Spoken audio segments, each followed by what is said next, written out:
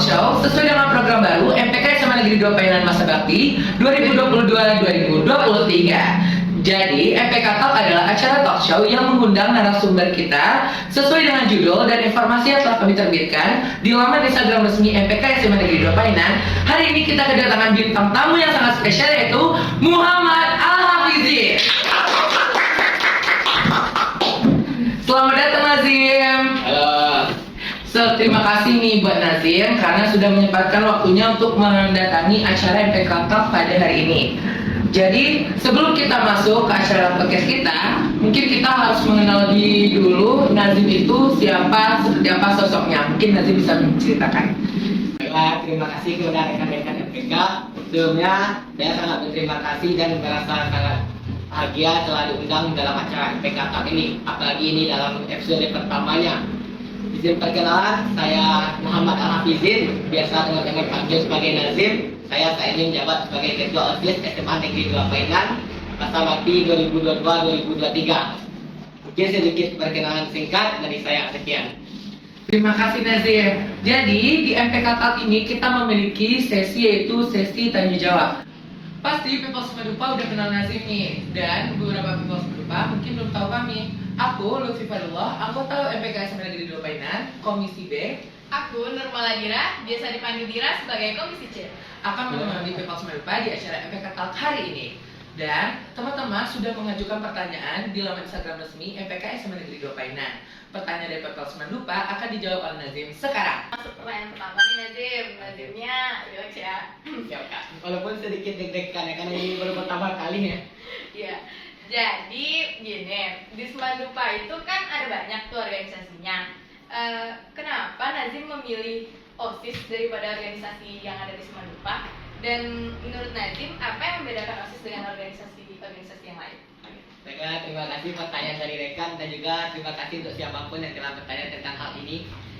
Sebelum saya menjawab itu, saya ingin ceritakan sebuah cerita gelap balik pencalonan saya sebagai ketua OSIS kemarin. Pada saat pembukaan pendaftaran MPK seperti rekan-rekan sekalian, saya sebenarnya itu ingin daftar MPK pertama kalinya.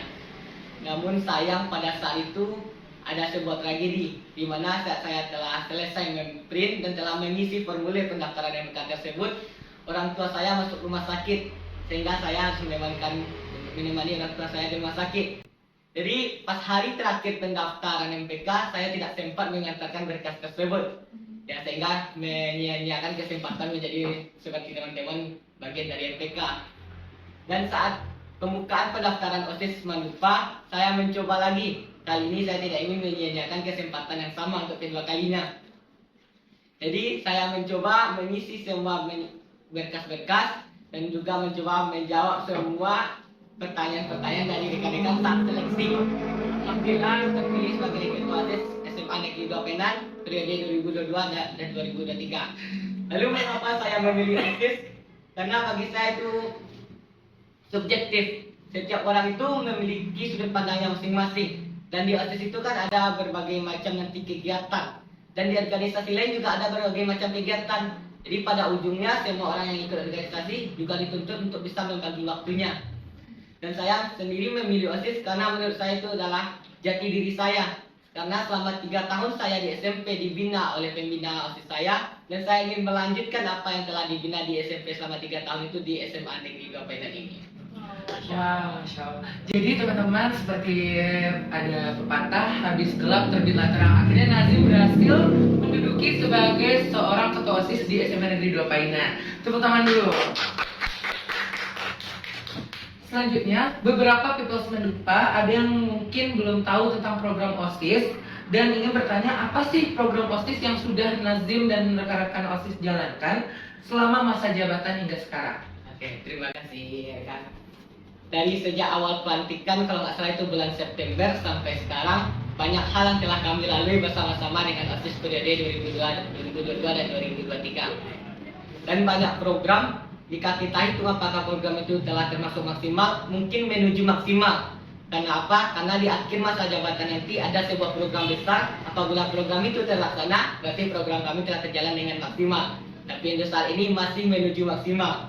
Dan banyak hal perubahan yang mungkin bisa kita lihat sama-sama sekarang ini di dalam internal atau dalam sekolah yang telah dilakukan oleh OSIS. Mungkin salah satu contohnya itu adalah seperti imtak yang sekarang kita sudah duduk, dan juga seperti kemarin ada perpisahan di PCC. Itu salah satu merupakan beberapa contohnya.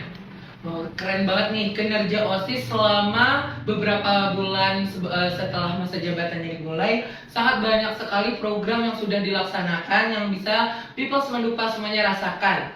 Dan selanjutnya kakak bisa bertanya.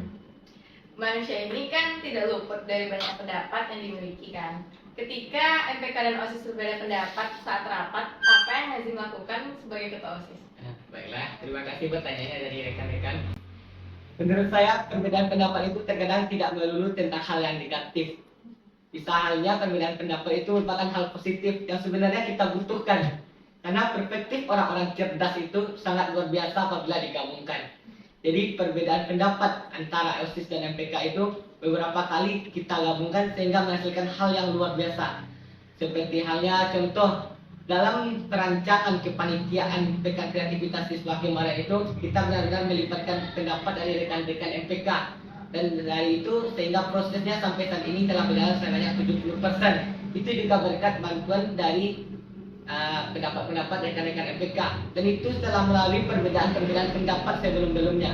Jadi perbedaan pendapat itu sebenarnya membangun, walaupun secara kata kasarnya kita melihat itu perbedaan sehingga terjadi perselisihan. Tapi sebenarnya apabila perbedaan itu kita telusuri lanjut, itu bisa menjadikan sesuatu hal yang luar biasa. Berarti sangat dibanggakan masa pemerintahan dan masa pimpinan Nazim ini itu sangat menjunjung tinggi musyawarah dan mufakat selama adanya perbedaan pendapat maupun internal dan eksternal antar organisasi. Selanjutnya Kak, untuk pertanyaannya, apa sih keunggulan OSIS di Semandupa kali ini daripada yang sebelumnya? Apakah merasa ada yang lebih baik atau ada yang hal baru yang kalian laksanakan? Baiklah, terima kasih pertanyaannya rekan-rekan. Seperti kata pepatah itu, buah jatuh tak jauh dari pohonnya. Tentu kami yang saat ini sebagai periode 2022 dan 2023 juga mencontoh kepada periode sebelumnya. Dan di setiap masanya itu ada kelebihan dan ada kekurangan. Kami mungkin tidak memiliki banyak kelebihan, tapi kami juga mungkin tidak terlalu banyak kekurangan. Begitu juga periode sebelumnya. Sama halnya kita saling melengkapi. Jadi menurut saya tidak ada perbedaan yang signifikan, karena menurut saya periode sebelumnya dan periode sekarang itu benar-benar saling melengkapi.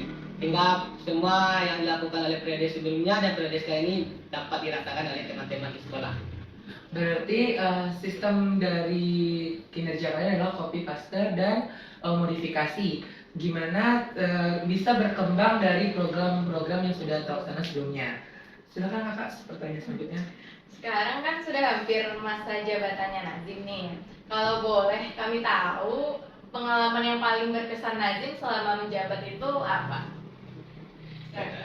Mungkin untuk pengalaman yang paling berkesan itu sangat banyak ya rekan-rekan. Tapi yang paling berharga itu menurut saya adalah tekanan yang luar biasa.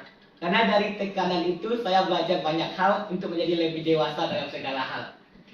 Dengan bergabungnya saya di OSIS ini, mungkin ada hal yang baik dan berjalan dengan mulus, ada juga hal yang memiliki banyak kendala.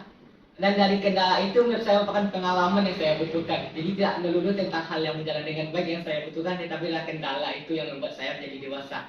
Seperti halnya pada kelas meeting pada saat ini, banyak pengalaman yang kita petik dari kelas meeting sebelumnya, sehingga alhamdulillah kelas meeting semester genap ini berjalan dengan baik sampai hari terakhir saat ini. Jadi sudah terjawab semua pertanyaan yang telah disimpulkan dalam acara MPK kali ini. Jadi sebelum kami tutup acara MPK, mungkin ada Nazim yang ingin Nazim sampaikan kepada seluruh people Semandupa dan mungkin adik-adik yang akan berencana masuk ke SMA Negeri 2 Painan. Silakan. Ya, pertama mungkin untuk adik-adik dulu, karena ayo bergabung dengan SMA Negeri 2 Painan. Siapa sih yang nggak kenal SMA Negeri 2 Painan? Ini sekolah keren loh. Apa coba yang nggak ada di SMA kita? Dan untuk seluruh people Semandupa, terima kasih atas dukungannya. Tetap jaga kesehatan karena juga mau liburan. Semoga bisa menikmati masa liburannya. Dan jangan lupa selalu update Insta story-nya. Karena kebanyakan kita kan 1.000 lebih, semuanya pasti banyak yang pergi jalan-jalannya berbeda-beda. Terima kasih Nazim sudah menyempatkan waktunya untuk bergabung bersama kami di acara MPK Talk. Dan terima kasih juga buat People Semandupa yang setia menonton hingga akhir video ini. Saya Lutfi Farullah. Saya Nurmala Dira. Saya Muhammad Hafizin. Kami pamit undur diri. Assalamualaikum warahmatullahi wabarakatuh. Dadah. Hai People Semandupa, kenalin aku Febritin Putra Putri. Aku sebagai Ketua MPK SMA Negeri 2 Painan. Sebelumnya aku berterima kasih kepada People Semandupa yang sudah menonton video kami dari awal sampai akhir. Karena ini adalah video pertama kami, sekaligus episode pertama dari program yang baru kami angkat, yaitu MPK Talk, seperti yang teman-teman tahu. Jadi kami berharap